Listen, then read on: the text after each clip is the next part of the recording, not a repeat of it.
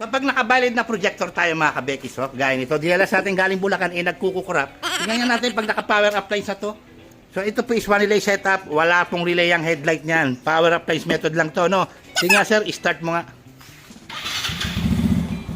Sige, park light. Bluetooth yan, no? Headlight. Kumukontak ba sir? Walang kurap yan, pumapalag lang, no? High beam, passing light. So ito yung switch niya mga kabekis, no? Yan. Passing.